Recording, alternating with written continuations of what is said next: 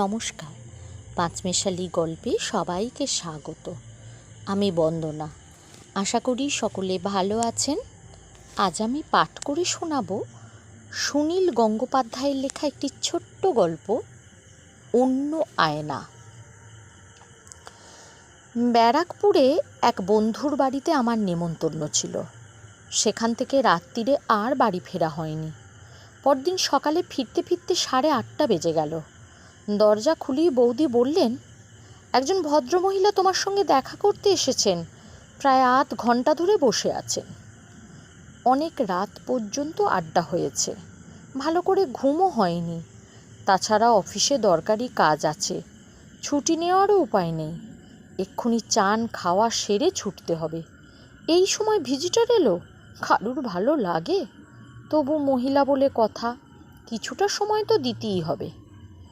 বসবার ঘরে ঢুকে দেখি ঠিক মাঝখানের চেয়ারটিতে একজন মহিলা বেশ রাজেন্দ্রাণীর ভঙ্গিতে বসে আছেন। পরনে দামি শাড়ি, গায়ের শালটিও বেশ কারুকার্য করা। মেয়েদের বয়স আমি ঠিক ধরতে পারি না, তবে এই মহিলার বয়স যে অন্তত 55-56 হবে তাতে কোনো সন্দেহ নেই। মুখের চামড়ায় ভাঁজ পড়েছে, ফর্সা টুকটুকে রং বলে তা স্পষ্ট বোঝা যায়। মাথায় ঈষৎ কোকড়া চুল, কিন্তু সম্পূর্ণ কালো, মনে হয় রং করা। ভদ্রমহিলা তার যৌবনকালে যে যথেষ্ট সুন্দরী ছিলেন তাতে কোনো সন্দেহ নেই। আমি খানিকটা অভদ্রের মতন বেশি ব্যস্ততা দেখিয়ে বললুম, নমস্কার, কি ব্যাপার বলুন তো? ভদ্রমহিলা একটি পত্রিকার পাতা উল্টাচ্ছিলেন। মুখ তুলে হাসি মুখে আমার দিকে মুহূর্ত চুপ করে তাকিয়ে রইলেন। তারপর ভাঙা গলায় বললেন, তুমি সুনীল? আমি তোমার জন্য কত দূর থেকে এসেছি বলো তো। তুমি তো রাত্রিরে বাড়িতেও ফেরোনি। যাও, মুখ টুক ধুয়ে এসো, তারপর কথা হবে। আমি বসছি, আমার তাড়া নেই। কিন্তু আমার যে তাড়া আছে সেটা তক্ষুনি মুখের ওপর বলা যায় না। ভদ্রমহিলার চেহারা ও ব্যক্তিত্বে একটা সম্ভ্রান্ত ভাব আছে। ভদ্রমহিলার বয়স আমার থেকে যথেষ্ট বেশি হলেও আমিও তো আর ছেলে মানুষ নই। প্রথম আলাপেই আমাকে কেউ চট করে তুমি বলে না। বসবার ঘর থেকে বেরিয়ে এসে বৌদিকে জিজ্ঞাসা করলুম, কে ইনি? বৌদি মুচকি হেসে বললেন, উনি দিল্লিতে থাকেন, শুধু তোমার সঙ্গেই দেখা করার জন্য কলকাতায় এসেছেন। আমার সঙ্গে গল্প করছিলেন। দিল্লিতে ওর স্বামীর কিসের যেন বড় ব্যবসা, 3টি ছেলে মেয়ে আছে। কাল রাত্রিরে কলকাতায় এসে পৌঁছেছেন। আজ সকালেই ঠিকানাটা খুঁজে খুঁজে চলে এসেছেন তোমার সঙ্গে দেখা করতে। বাথরুমে গিয়ে টুথব্রাশটা খুঁজতে খুঁজতে বললুম, বৌদি 2 কাপ চা করে দাও তো। গেল আজ অফিসের দেরি হয়ে। কেন যে উইকডেতে সকালবেলা আসে এরা, কোনো সেন্স নেই। বৌদি বললেন, লোকে ভাবে কবি টবিদেরও কোনো অফিস থাকে না, তারা চাকরি বাকরি করে, তারা বসন্তের বাতাস খেয়ে থাকে। তা বলে ভদ্রমহিলার সঙ্গে খারাপ ব্যবহার করো না, অত দূর থেকে। খানিক বাদে আবার বসবার ঘরে এসে চায়ের কাপ হাতে নিয়ে বললুম, হ্যাঁ বলুন, আপনি দিল্লিতে থাকেন? ভদ্রমহিলা সে কথার উত্তর না দিয়ে আমার মুখের দিকে তাকিয়ে রইলেন এক দৃষ্টিতে। তারপর আস্তে আস্তে বললেন, দাঁড়াও, আগে তোমাকে দেখি ভালো করে। কত তোমার কথা শুনেছি, তোমার কত লেখা পড়েছি। এর আগে তোমাকে চোখে না দেখলেও তুমি যে আমার অনেক দিনের চেনা গো। মনে মনে ভাবলুম, এই রে, এই রকম ধানাই পানাই শুরু করলে কত সময় লাগিয়ে দেবে তারও কোনো ঠিক আছে। এরা ভাবে নিজেদের কোনো কাজ না থাকলে অন্যদেরও কোনো কাজ থাকতে পারে না। আমি চা শেষ করে একটা সিগারেট ধরাবার পর তিনি বললেন, তুমি কেমন আছো সুনীল? তোমার শরীর ভালো আছে তো?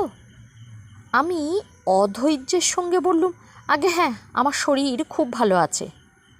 ভদ্রমহিলা বললেন, ও মা, তুমি আমার সঙ্গে আপনি আজ্ঞে করে কথা বলছো কেন? আমি যে তোমার অনেক দিনের বন্ধু, আমাকে তুমি তুমি বলবে। এসব সিনেমা সংলাপ আমার পছন্দ হয় না। অবশ্য ভদ্রমহিলার বয়স যদি অর্ধেক হতো তাহলে আমার মরেন ভাব কী হতো তা বলা যায় না। উনিই বা এই বয়সে এভাবে কথা বলছেন কেন? যে বয়সে যা মানায় তা বলতে পারছেন না? আপনি কি কলকাতায় কিছুদিন থাকবেন? পরে যদি আর একদিন আসেন, কোনো রবিবার টবিবার? আজ আমাকে অফিসে যেতেই হবে। তোমাকে আজ অফিসে যেতে হবে না। আমি কত দূর থেকে এসেছি তোমার সঙ্গে কথা বলার জন্য। তিনি হ্যান্ডব্যাগ খুলে একটা নতুন কলম বার করে বললেন, এই নাও, এটা তোমার জন্য এনেছি। লেখকদের নাকি কলম সম্পর্কে দুর্বলতা থাকে। কোনো কোনো লেখকের 100-200 কলম আছে শুনেছি। আমারও সব বাতিক নেই। আমি সাধারণ ডট পেনে লিখি, হাতের কাছে যখন যেটা পাই। ভদ্রমহিলার কলমটা বেশ দামি মনে হচ্ছে। দামি কলম নিয়ে আমি কি করব? দামি কলমের জন্য দামি কাগজ দরকার, সেই রকম আজকাল পাওয়াই যায় না। কিন্তু কেউ কিছু উপহার দিলে সেটা ফিরিয়ে দেওয়া অভদ্রতা। আমি শুকনোভাবে বললুম, ধন্যবাদ। তুমি এই কলমটা দিয়ে আমার নামে একটা সুন্দর কবিতা লিখবে কেমন? আমি মুখ নিচু করে হাসি গোপন করলুম।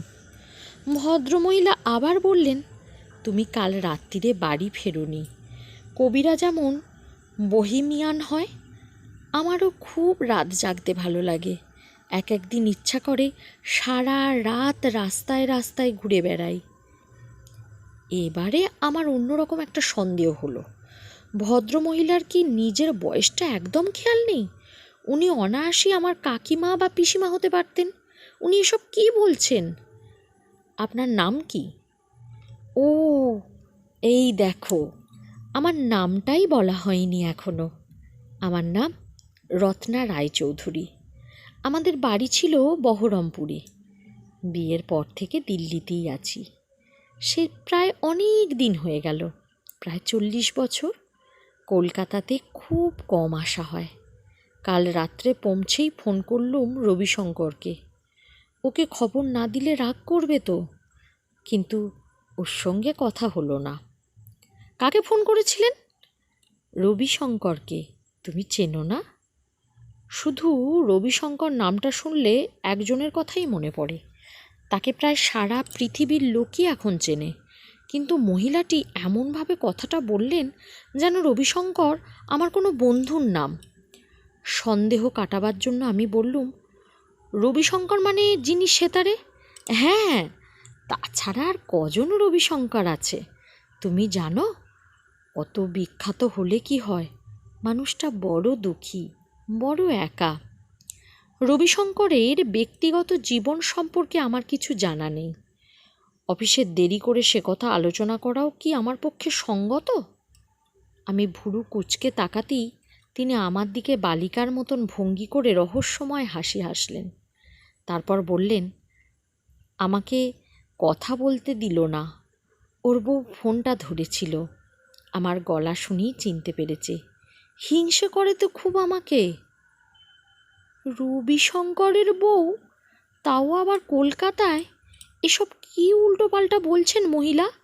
আমার কেমন যেন খটকা লাগলো। আর রবিশঙ্কর যতই বিখ্যাত হন, আমার সঙ্গে দেখা করতে এসে কেউ রবিশঙ্কর সম্পর্কে গল্প করে যাবেন, এটাও ঠিক মানা যায় না বোধ হয়। আমি খানিকটা কঠোরভাবে এবার জিজ্ঞেস করলুম, আপনি কি আমার কাছে কোনো দরকারে এসেছেন? আমার কণ্ঠস্বরে উষ্মা গায়ে না মেখে রত্না রায়চৌধুরী আবার হাসলেন। আবার তার দামি চামড়ার হাতব্যাগটা খুলে একটা ছোট্ট লাল রঙের নোটবই বার করে বললেন, তোমার কাছে তো বিশেষ দরকারে এসেছি। তোমার সাহায্য ছাড়া চলবে না। আমি কবিতা লিখেছি, তুমি দেখে দেবে? আমি দীর্ঘশ্বাস গোপন করলুম। এই রকম উপদ্রব আমাকে প্রায়ই সহ্য করতে হয়, তবে এরকম বেশি বয়সী কোনো মহিলা আগে আসেননি। ভদ্রমহিলার বিয়ে হয়েছে 40 বছর আগে, তাহলে এর বয়স 60-এর আশেপাশেই হবে। তবে ওর মুখের হাসিটি অল্প বয়সী মেয়েদের মতন। ছোট খাতাটি হাতে নিয়ে দেখলুম সেটা প্রায় ভর্তি কবিতায়। প্রথম কবিতাটির নাম তুমি। খুবই আবেগময় প্রেমের উচ্ছ্বাস। ভাষা খুবই কাঁচা, কোনো মতেই কবিতা পদবাচ্য নয়। পরের পাতাগুলোতেও ওই একই ব্যাপার। বিশেষ কোনো একজনকে উদ্দেশ্য করেই এগুলি লেখা। তা স্পষ্ট বোঝা যায়। সব কবিতাগুলো পড়বার দরকার নেই, তবু আমি খাতাটা হাতে নিয়ে খানিকটা সময় নিলাম। অন্যদের যা বলি তা কি একেও বলা যাবে? অল্প বয়সী ছেলে মেয়েদের বলি ছন্দের চর্চা করতে, অনেক লিখে আগে হাতটা পাকাতে। 60 বছরের এক মহিলা কবে আর হাত পাকাবেন? রত্না রায়চৌধুরী বললেন, এই আমার জীবনের প্রথম কবিতা, বুঝলে সুনীল। আমাদের বয়সে কেউ কোনোদিনও কবিতা লেখেননি। আমি নিজেও তো জীবনে কখনো কবিতা লেখার কথা ভাবিনি। দেখতেই তো পাচ্ছ, বাংলা বানান ভালো করে জানি না। এখন বাংলার থেকে হিন্দি ভালো বলতে পারি। তাহলে হঠাৎ বাংলায় কবিতা লেখার কথা মনে হলো কেন আপনার? ঠিক বলেছ, হঠাৎ, একদম হঠাৎ। কেন যে লিখলুম তা আমি নিজেই জানি না। হঠাৎ একদিন মাঝরাত্রিরে ঘুম ভেঙে গেল। আমি ধড়মড় করে উঠে বসলুম। তারপর আমার মুখ দিয়ে বেরিয়ে এলো, ভুল করেছি, তোমার কথা শুনিনি, আমায় ভুল বুঝো না তুমি। ওগো, কান্না আমার ঝর্ণা হয়ে হারিয়ে গেল কোথায়। আমি নিজেই একেবারে অবাক। এর মানে কি?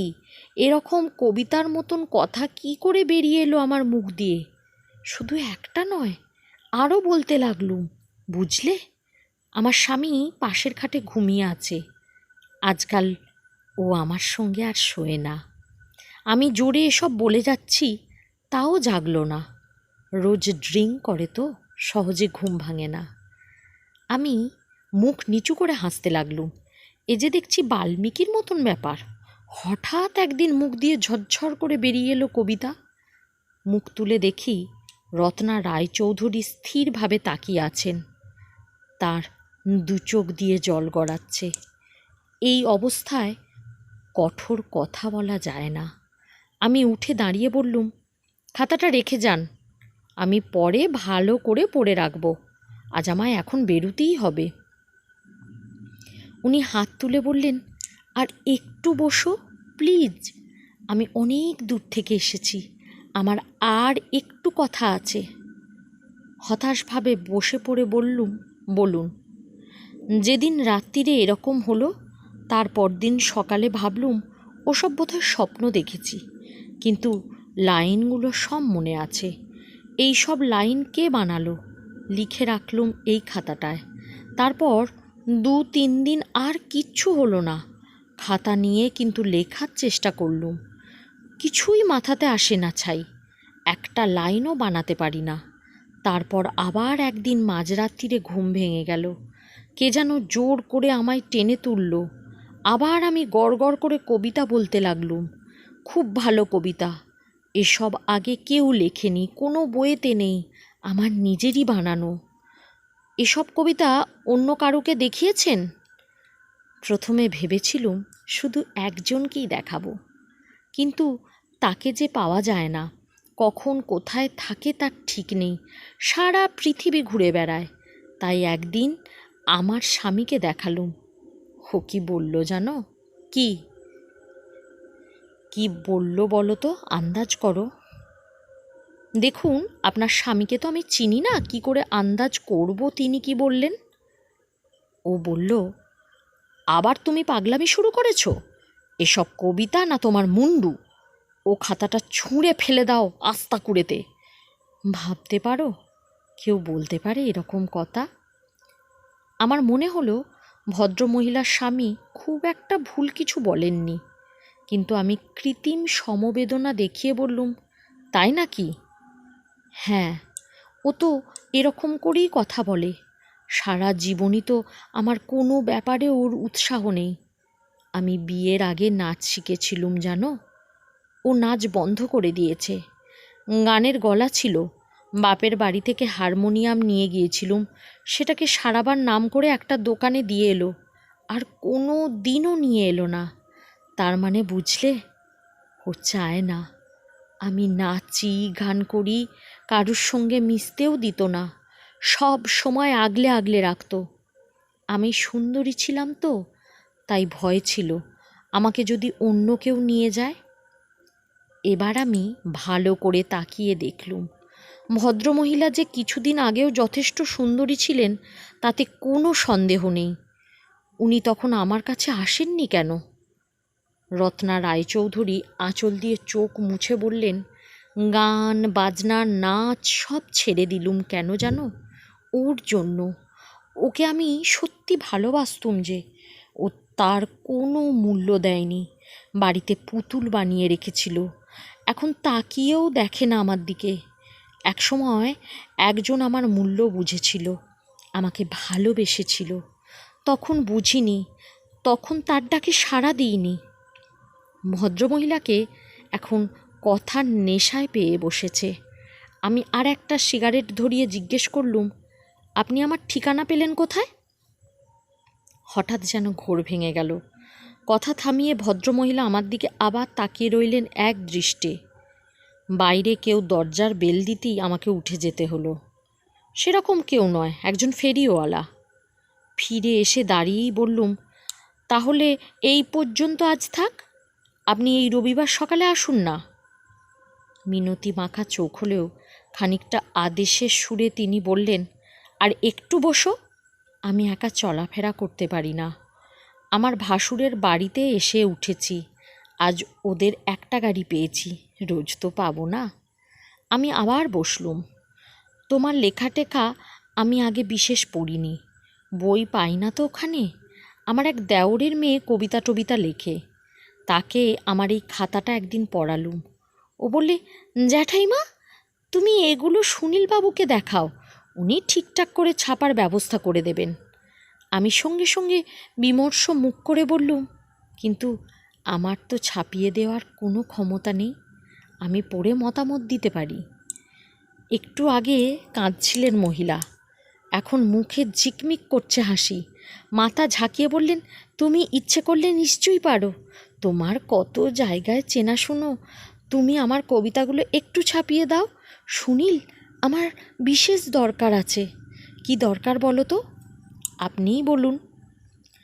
ওকে তো আমি নিজে গিয়ে এই কবিতাগুলো দেখাতে পারবো না, ওর বউ যে আমাকে হিংসে করে, টেলিফোন করলে টেলিফোন দেয় না। এখনও কলকাতায় আছে, আমি জানি, কাগজে দেখেছি। তবু ওর বউ বলল আমার সঙ্গে এখন দেখা করা সম্ভব নয়। আমার গলা শুনেই চিনে ফেলেছে তো। আপনি কার কথা বলছেন? রবিশঙ্কর। ও যে আমায় ভালোবাসে, ওর জন্যই তো এই কবিতাগুলো বেরিয়ে এলো আমার মন থেকে। কত দিন ওর সঙ্গে আমার দেখা হয়নি জানো, 20 বছর। এবারে আমার আবার খটকা লাগলো। রবিশঙ্করের এখন কোনো বউ আছে বলে তো শুনিনি। 20 বছর রবিশঙ্করের সঙ্গে দেখা হয়নি, তবু এর গলা শুনেই রবিশঙ্করের তথাকথিত স্ত্রী চিনে ফেলেছেন একে। রবিশঙ্করের সঙ্গে আপনার কোথায় আলাপ? আমাদের বাড়িতে এসেছিল একদিন, বাজনা বাজিয়েছিল, ছবি আছে, দেখবে? হাত ব্যাগ থেকে তিনি একখানা ছবি বার করলেন, অনেক পুরনো ব্ল্যাক অ্যান্ড হোয়াইট ছবি, এখন হলদেটে হয়ে আসছে। কোনো জায়গায় বসে রবিশঙ্কর সেতার বাজাচ্ছেন, তবলচির পাশে একজন সুন্দরী যুবতী, হ্যাঁ সুন্দরী ঠিকই, তার পাশে আর একজন পুরুষ। রত্না রায়চৌধুরী ঝুঁকে পড়ে আঙুল দিয়ে দেখিয়ে বললেন, এই দেখো দেখো আমার ছবি, চিনতে পারছ? আর এই হলো আমার স্বামী। আমি ছবিটার দিকে তাকিয়ে রইলুম। সেদিন আমি একটা গান গেয়েছিলুম। রবিশঙ্কর আমাকে দেখেই বলল, তোমাকে দেখলেই মনে হয় তুমি গান জানো, গান করো না একটা। আমি তাকালুম আমার স্বামীর দিকে। রবিশঙ্কর নিজে অনুরোধ করেছে তো, তাই আপত্তি করল না, বলল, গাও। গাইলুম, মাত্র একখানা, চর্চা ছিল না তো। সেই গান শুনে রবিশঙ্কর বলল, বাহ সুন্দর, তুমি চর্চা করো, তোমার হবে। আর দেখা হয়নি? হ্যাঁ, আর একদিন দেখা হয়েছিল, ওই দিল্লিতেই। আমার পরিচয় দিলুম। রবিশঙ্কর খুব দুঃখ দুঃখ মুখ করে বলল, তুমি গান গাও না? কি ভীষণ দুঃখ ছিল সেই গলার আওয়াজে, তা তুমি বুঝবে না। তখনও বুঝিনি যে ও আমায় ভালোবেসে ফেলেছে। আমি ঘরের বউ হয়েই থাকতে চেয়েছিলুম। তারপর অতি কষ্টে 2 বার ওর সঙ্গে টেলিফোনে কথা বলেছি। ওর বউ জানতে পারলেই লাইন কেটে দেয়, কিন্তু জানি ও এখনও আমার জন্য প্রতীক্ষা করে আছে। আমি একবার ভাবলুম পাশের ঘর থেকে একটা আয়না এনে ভদ্রমহিলার মুখের সামনে ধরি। 60 বছর বয়স, রীতিমতো গিন্নি বান্নি। উনি এসব কী প্রেমের কথা বলছেন? রবিশঙ্করের জীবনী আমি পড়েছি। কোনো একদিন গান বাজনার আসরে রত্না রায়চৌধুরীর মতন একজন সুন্দরী যুবতীর গান শুনে উনি উৎসাহ দেওয়ার জন্য বলেছিলেন, বাহ, তোমার গানের গলা তো বেশ ভালো, তুমি চর্চা করো। এরকম কথা উনি হয়তো আরও শত শত মেয়েকে বলেছেন। রত্না রায়চৌধুরী বললেন, তুমি আর একটা কথা শুনবে? কয়েক মাস ধরেই আমার মনটা খুব খারাপ। খালি মনে হচ্ছিল বেঁচে থেকে আর লাভ নেই। কি হবে এই জীবনটা নিয়ে? কতই তো করে দেখলাম অন্যদের জন্য। তারপর একদিন মনে পড়ল রবিশঙ্করের কথা। ও আমায় ভালোবেসেছিল, ও চেয়েছিল আমি বড় হই। সেই দিনই রাতে আমার ঘুম ভেঙে গেল। আমার মুখ থেকে বেরিয়ে এলো ওই কবিতা। আমি যেন অন্য মানুষ হয়ে গেলাম। এতক্ষণ ঠাট্টা ইয়ার্কির ভাব নিয়ে ভদ্রমহিলার কথা শুনছিলাম। এবারে রত্না রায়চৌধুরীর মুখের দিকে তাকিয়ে আমার সর্বশরীরে একটা শিহরণ বয়ে গেল, যেন আমি একটা অলৌকিক দৃশ্য দেখছি। রত্না রায়চৌধুরীর বয়স কমে গেছে 20 বছর। মুখখানা জলজল করছে। জীবনের ব্যর্থতা বোধের মধ্যে একটা ভালোবাসার স্মৃতি যেন তাকে এই মুহূর্তে নতুন রূপ দিয়েছে। সেই ভালোবাসার স্মৃতি থেকে উৎসারিত হয়েছে কবিতা। শুধু ছন্দ, মিল, শব্দ দিয়ে এ কবিতার বিচার হয় না। এ রচনা একজন মানুষের জীবনের, কবিতার চেয়ে অনেক বড়। আমি বললুম, আপনার কবিতা কিন্তু চমৎকার হয়েছে, কারেকশান করার কিছুই নেই। আপনি যদি চান আমি নিজে গিয়ে এই কবিতা রবিশঙ্করকে দেখাতে পারি, ওর সঙ্গে আমার পরিচয় আছে। আমার হাত দুটি জড়িয়ে ধরে ব্যাকুলভাবে মহিলা বলতে লাগলেন, সত্যি সত্যি তুমি দেখাবে? সত্যি? তুমি ওকে বলো আমি আজও ওকে ভুলিনি, বুকের মধ্যে যত্ন করে রেখে দিয়েছি। গল্প পাঠ ভালো লাগলে লাইক, কমেন্ট, শেয়ার করবেন। আর আমার আরও গল্প শুনতে হলে আমার চ্যানেলটিকে সাবস্ক্রাইব করে আমার পাশে থাকবেন। আবার আসবো অন্য এক গল্প নিয়ে। সকলে ভালো থাকুন। নমস্কার।